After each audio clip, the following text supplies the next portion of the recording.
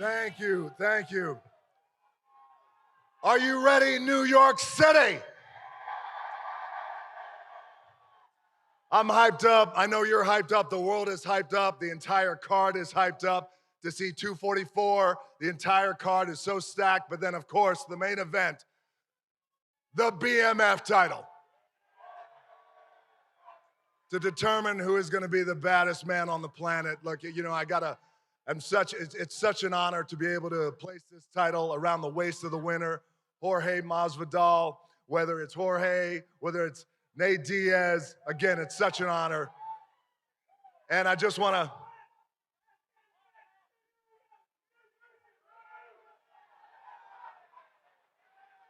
I see what you want.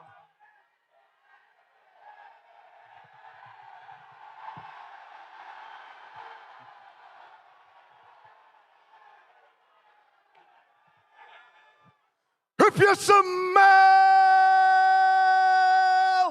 what the Rock is cooking. All right, thank you. You know, I got to say that I just wanted to come out here and just take a moment. Number one, let you know how excited I was about this fight.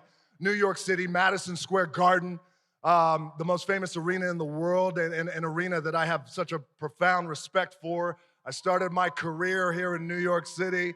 I had my very first wrestling match in Madison Square Garden, and that crowd, that arena, and this city embraced me like a son, like I know you guys are gonna embrace that main event and all the fighters tomorrow night. So that said, there's something that I just wanted to announce. I'm very excited to announce this. I wanted to start with the MMA community. I wanted to start with the UFC fans. I wanted to start with you guys first. And that announcement is, I'm proud to say that myself and Seven Bucks Productions are gonna make a film about the life of one of your founding fathers, the pioneering founding fathers, the smashing machine, Mark Kerr.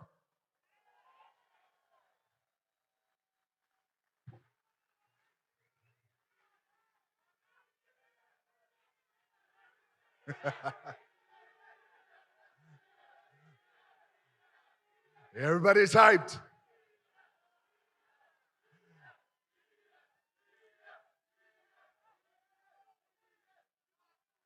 I love you back. Thank you, dude. I appreciate that. So that's an announcement I'm very excited about. I think we have a few questions.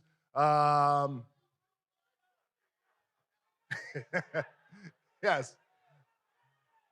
Hey, Dwayne. Hey, buddy. Hey, congratulations on the announcement. Oh, thank you, man. Very excited.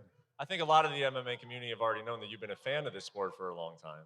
But what about this topic and this subject got you interested that you had to get involved in the project? Well, you know, yes, I've been a fan of MMA for a very, very long time, a fan of these fighters, a fan of these warriors. And, you know, when you think about the world of MMA that everybody in this room loves, and we have such a great respect for and a love and a reverence is, you know, from my perspective, you know, there's individuals in MMA, there's warriors in MMA, men and women who have this incredible humanity, who have achieved these incredible accomplishments.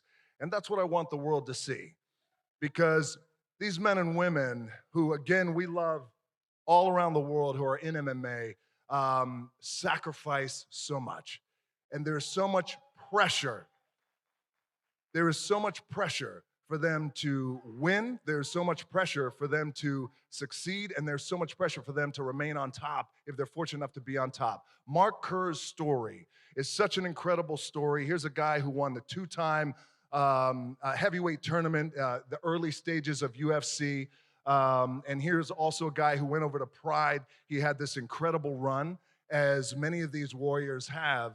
And I wanted to shine a spotlight on this man who is still alive, but also, you know, I think what's interesting about Mark Kerr's story is, you know, yes, he achieved so much in his life. He was a smashing machine, undefeated for a long time, but also, like all of us and like a lot of these fighters, battled these demons.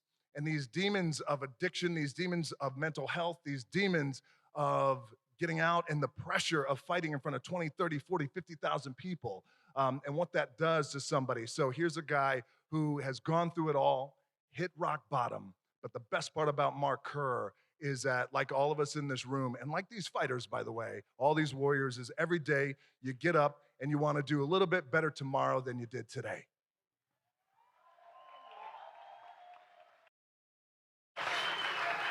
So you're project, obviously, you're putting a belt on somebody's waist tomorrow. Are there any other goals related to the MMA world that you have on your bucket list? Well, oh yes, so are you asking if I have an ambition to actually get in the octagon? Well, hey, if that's there, that'd be fantastic. I'm content with becoming Mark Kerr, and at this point, the most successful part of my octagon career, I'm sure, would be my entrance music, and then that's where it would end. Gotcha. Appreciate it. Thank you. Hey, DJ. Hey, Ewag. How's it going? Good, how you doing? Good, congratulations. Hold on, guys. Wait a second. There's clearly some good weed in New York City, but you guys gotta hold on a second.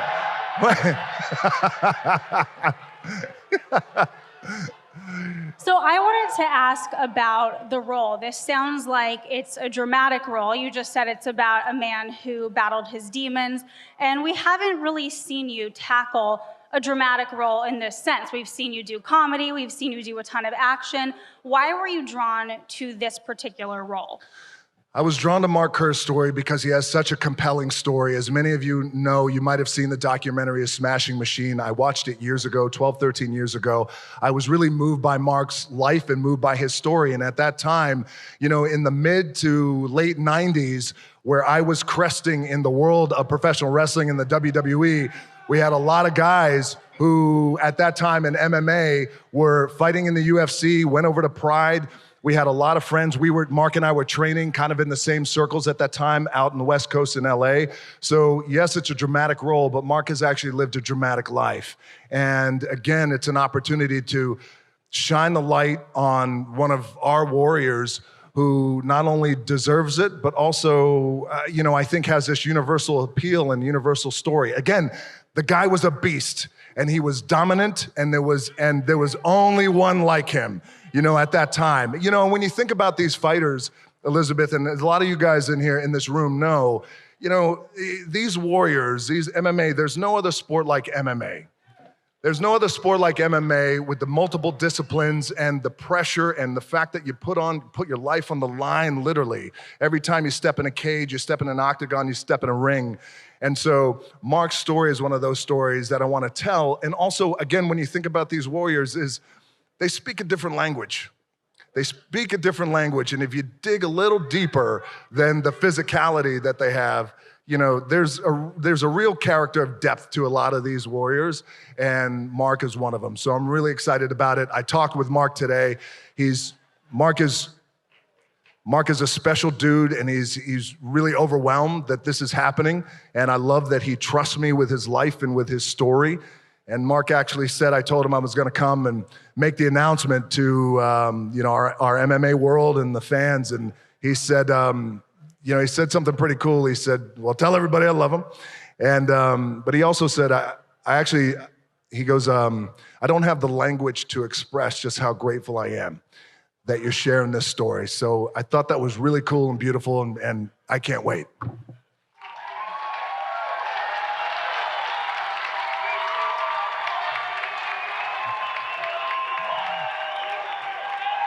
I think that's it. Or do we have more questions? We got time for one more question. One more question. Yeah. Wayne, you touched on it a little bit. I mean, the Smashing Machine is not all highs. I mean, there's a lot of lows in there as well. It's a very powerful story for those that haven't seen it. So I'm curious, getting Mark involved in this, was it difficult? I mean, did you have to talk to him much? And will he be involved with the project moving forward? Because again, it's not just a fairy tale story. No, it's not. And of course, Mark is going to be involved. And I've had, conversations with Mark. Again, I've known Mark for years. And we first met years and years ago. So Mark obviously is going to be involved, but also too, I told Mark, look, here's the best thing about it, between Mark and myself and a lot of these UFC fighters, a lot of these MMA fighters, as you guys in this room have known, there's this interesting parallel between, especially when I was in the WWE in the mid to late 90s, early 2000s, interesting parallel with the world of pro wrestling, MMA. We lost a lot of good friends of ours to addiction and drug use, who were these pro wrestlers dying at an early age, and some MMA fighters dying at an early age. So I told Mark, look, here's the fact. You made it. You achieved greatness. You hit rock bottom. You're sober. You made it, and I'm gonna shine the light on your life. All right. Thank you for those questions. And UFC fans, thank you so much for the love. I appreciate it. It's gonna be an honor to put the BMF title around that waist, and an honor to become the Smashing Machine. I love y'all. Thank you.